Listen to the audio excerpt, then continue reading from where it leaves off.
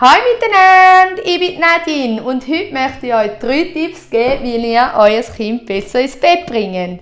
Der Tipp Nummer 1. Streichelt euer Kind.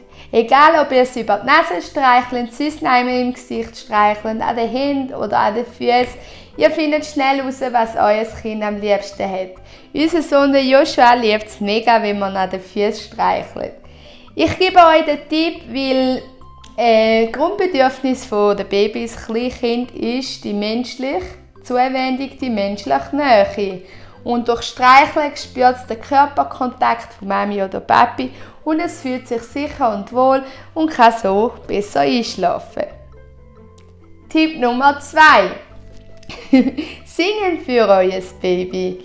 Durch die Melodie, die ruhige Melodie der Schlaflieder wird der Puls der Kinder, der Babys immer langsamer. Es kann sich entspannen und kann so gut einschlafen. Durch die Stimme von Mami oder Papi fühlt es sich auch wohl und sicher und geborgen.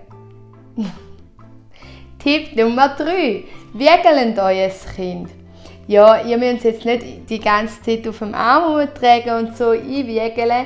Es geht auch ganz einfach, wenn ihr euer Kind ins Bett hineinlegt und mit der flachen Hand auf dem Bauch oder auf dem Rücken so wiegelt.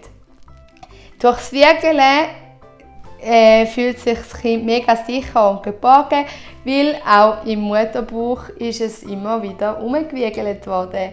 Wenn es Mami ist joggen oder auch einfach spazieren.